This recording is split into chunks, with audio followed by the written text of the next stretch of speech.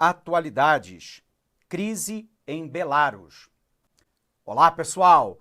Nossa aula do dia de hoje é para a gente falar da recente crise em Belarus, também chamada de Bielorrússia, que faz ali na parte oriental da Europa, já a Ásia quase, lembrando que sob o ponto de vista físico, né, o continente é um só, é o continente da Eurásia, e que sob o ponto de vista cultural, a gente divide, né, Ásia a leste e Europa a oeste.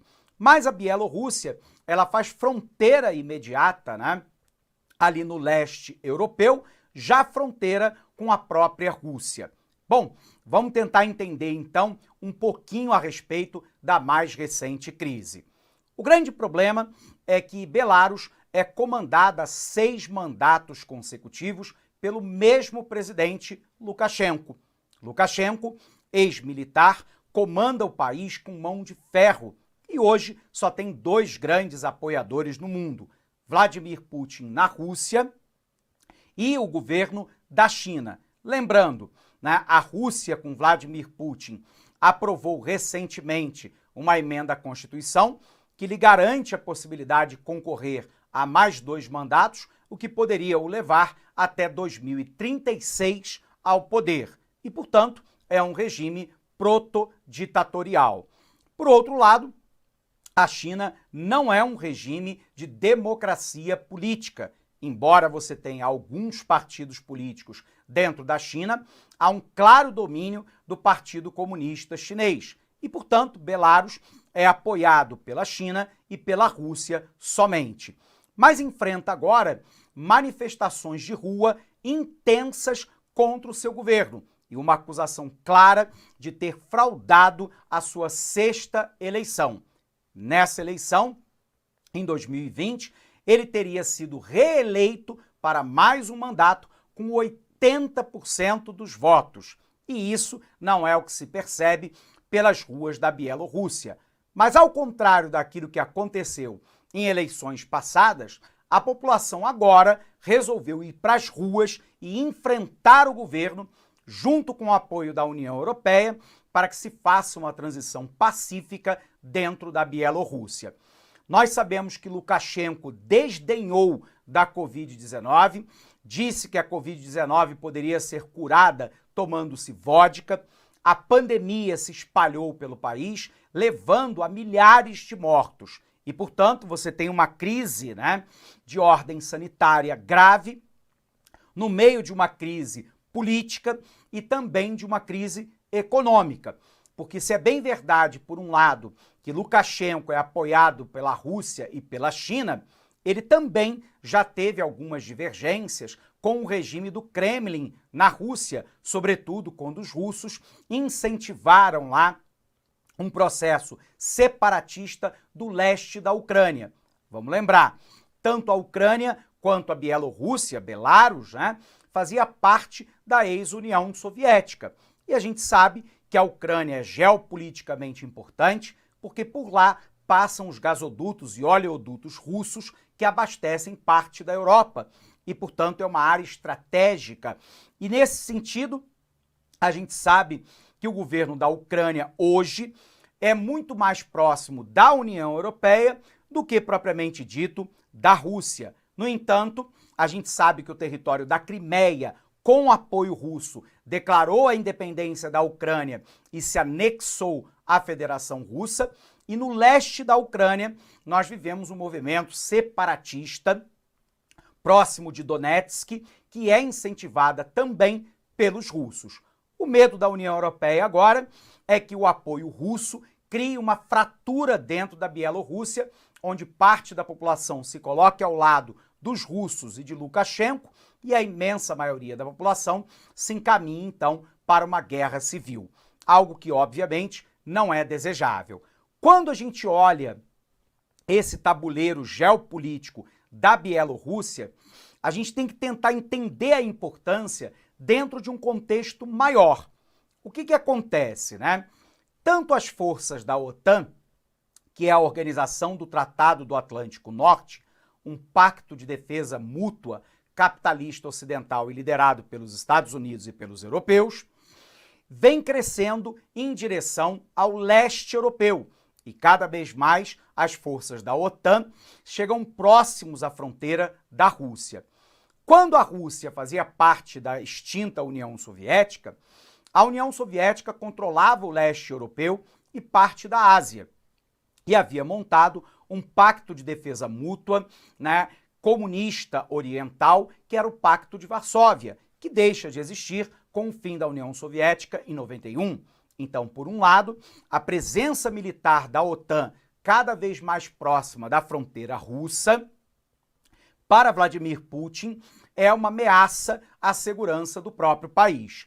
Por um outro lado, há um expansionismo da própria União Europeia, um megabloco econômico que incorporou uma série de repúblicas que até um passado recente faziam parte do espaço de influência soviético, como é o caso, por exemplo, da República Tcheca, da Eslováquia, é o caso, né, da Polônia e por aí vai. E aí, né, por um outro lado, Vladimir Putin da Rússia se vê ameaçado pela expansão da União Europeia em direção ao leste europeu e do domínio econômico da União Europeia, onde a Rússia perderia sua área de influência. Portanto, o apoio russo está muito calcado em tentar impedir o avanço, né, do domínio econômico e militar da Europa Ocidental em relação ao leste europeu, fronteira imediata com as suas próprias fronteiras. Então a gente vai poder perceber que o conflito dentro de Belarus, da mesma maneira que na Ucrânia, é um jogo geopolítico muito maior que envolve a própria expansão da União Europeia e também da OTAN. Bom, nesse sentido, então, vamos dar uma olhadinha aqui no nosso material para ver se a gente compreende, né, o momento atual que a Bielorrússia está vivendo, com a mais longeva ditadura de toda a Europa, né? Lembrando lá que ele está no 6º mandato. Olha para cá. Então, pessoal, Lukashenko, que é conhecido como o último ditador da Europa e está no poder desde 1994, foi declarado vencedor nas eleições de 9 de agosto, com mais de 80% dos votos. No entanto, tanto opositores como diversos governos internacionais afirmam que o pleito não foi democrático e que houve fraude nas urnas. Por conta disso, desde o anúncio da boca de urna, há protestos diários pelas ruas do país. O mandatário, que está indo para o seu 6º governo consecutivo, só conta com o apoio público da Rússia e da China e vem sofrendo pressão internacional, especialmente da União Europeia, que convocou uma reunião extraordinária para debater a crise em Belarus e a violenta repressão contra os manifestantes. O temor dos europeus é que os russos transformem o país em uma nova Ucrânia, onde desde 2014 há um conflito civil em regiões separatistas. A União Europeia cerrou fileiras em favor de uma transição democrática em Belarus, ao impor sanções aos dirigentes bielorrussos apontados como responsáveis pela manipulação das eleições de 9 de agosto e da violência contra as manifestações em protesto pela suposta manifestação eleitoral. Não tenha dúvida, pessoal, todas as vezes que nós temos um regime ditatorial ou protoditatorial, nós estamos diante de um quadro daqueles que não admitem contestação, que não admitem o contraditório, que não admite a ideia contrária, que não admite a divergência. E todas as vezes que os regimes autoritários e totalitários se veem diante de uma oposição, eles utilizam as forças do Estado, basicamente as forças armadas e forças policiais, para reprimir os manifestantes. Mas se é algo que a história nos ensina, é que nenhuma ditadura é eterna, né? E que, portanto, num determinado momento, essa ditadura na Bielorrússia também cairá.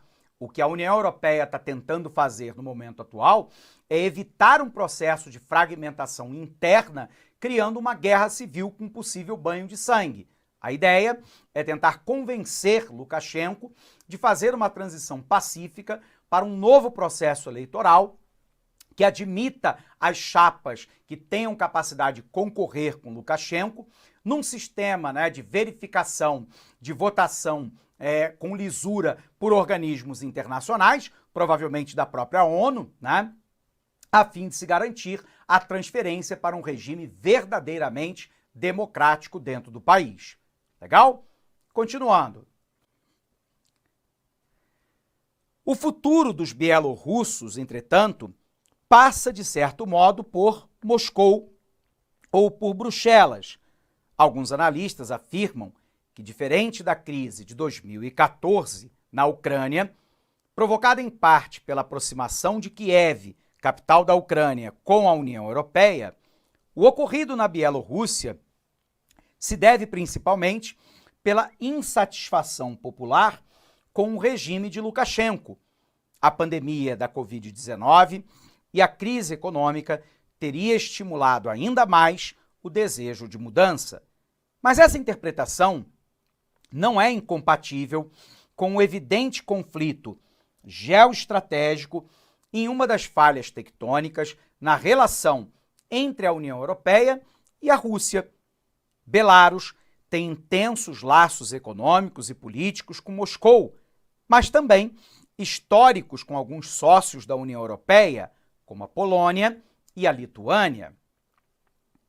Para Putin, Belarus é a peça mais ocidental da União Econômica Euroasiática, o arremedo, né, de mercado comum que Moscou promove sem sucesso. Há meia década, o dirigente bielorrusso se distancia abertamente de algumas das políticas de Putin, como a invasão russa da Crimeia, como um desses pontos mais baixos da relação. Bruxelas, que é a capital aqui que cedia, né, à União Europeia, tudo bem? Aproveitou o vazio e potencializou a relação com Minsk, que é a capital de Belarus, né? Dentro de uma parceria oriental da União Europeia, um marco nas relações, no qual também participam outros países que motivam atritos com Putin, como a própria Ucrânia, a Moldávia, a Geórgia e a Armênia. A grande questão é que há um expansionismo, né, tanto da União Europeia, então aqui a gente observa um expansionismo da União Europeia e da OTAN em direção ao leste europeu, que faz fronteira imediata com a Rússia. E aí a ameaça, né, ao domínio russo, tanto do ponto de vista militar, quanto do ponto de vista econômico. E isso é algo que Vladimir Putin quer evitar a todo custo. Por isso, o apoio a Lukashenko em Belarus. Observe aqui, né?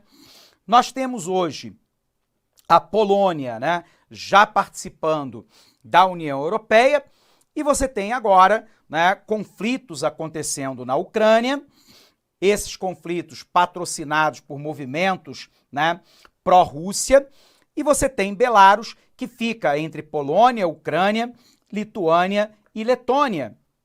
E, portanto, a União Europeia se aproximando cada vez mais, né, do leste europeu e ameaçando essa supremacia russa que vem desde a antiga União Soviética. Crise em Belarus. O país enfrenta protestos sem precedentes contra o presidente Alexander Lukashenko. É um país pequeno, de 9,5 milhões de habitantes, com 207.600 quilômetros quadrados, o que dá um pouco maior do que o estado do Paraná. Belarus participou da ex-União Soviética. Alexander Lukashenko, no poder desde 1994, é eleito para o 6º mandato com 80% dos votos. A oposição, né, liderada pela Svetlana Tikhanovskaya, acusa o governo de fraudar o resultado da votação. Os manifestantes, então, vão para as ruas protestar e são duramente reprimidos. Svetlana se refugia na Lituânia e pede a abertura de diálogo. Mais de 7.000 pessoas foram presas durante os protestos e há relatos, né, até de tortura. A Rússia diz estar pronta para enviar uma força policial para conter a manifestação dos populares. Dezenas de milhares de pessoas marcharam em Minsk e em outras cidades de Belarus, pressionando para que o presidente deixe o cargo.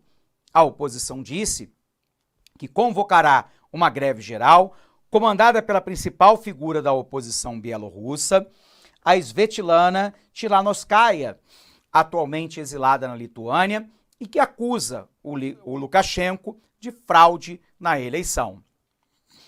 Observe aqui que, recentemente, nós tivemos a saída do Reino Unido da União Europeia. Lembrando que o Reino Unido é composto pela Inglaterra, Escócia, País de Gales e a Irlanda do Norte. Cuidado também em prova para você não confundir a Irlanda do Norte com a Irlanda. São dois países, né, independentes. A Irlanda do Norte, né, embora de maioria católica, pertence ao Reino Unido de maioria protestante, enquanto que a República da Irlanda é um país de maioria católica e que não faz parte do Reino Unido.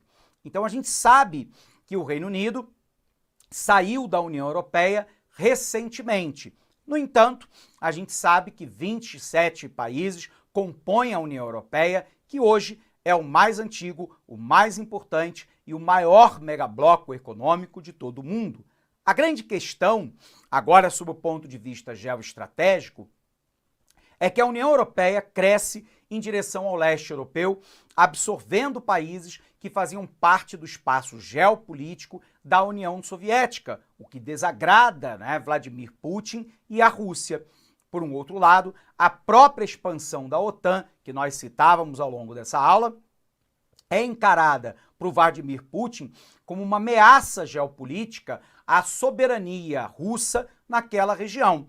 E, portanto, se dá um conflito indireto entre União Europeia, poder ocidental e russos, através de pequenas repúblicas do leste europeu, como da Ucrânia, como da Lituânia, como da Bielorrússia e por aí vai.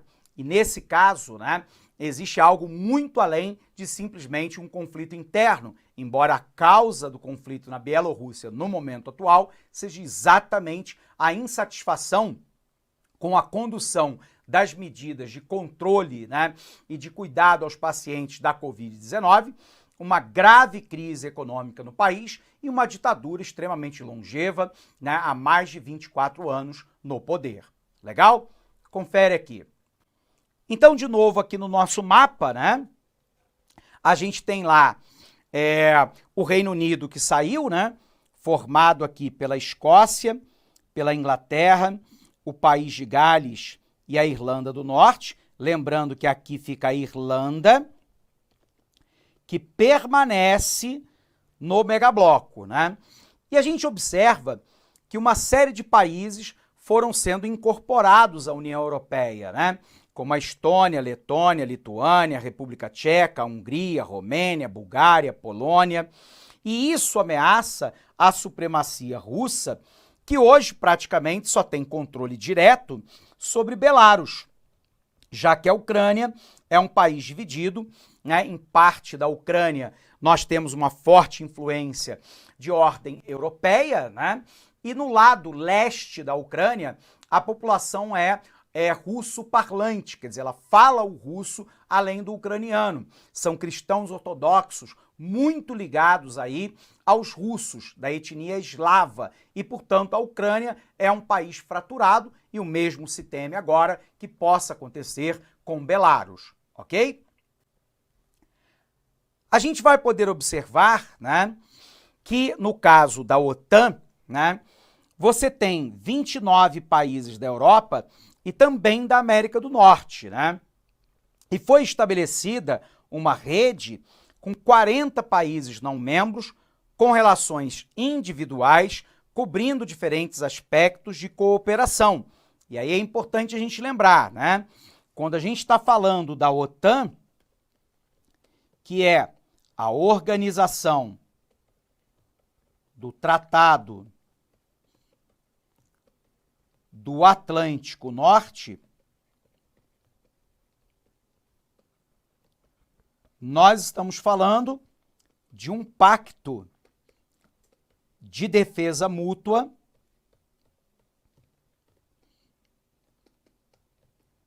capitalista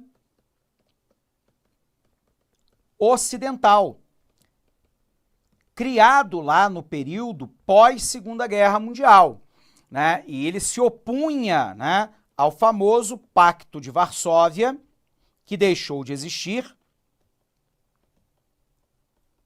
tudo bem? Que era o Pacto Oriental Comunista e liderado pela antiga União Soviética. Então, se de um lado o Pacto de Varsóvia deixou de existir, a OTAN continua existindo. E onde é que está o problema, professor?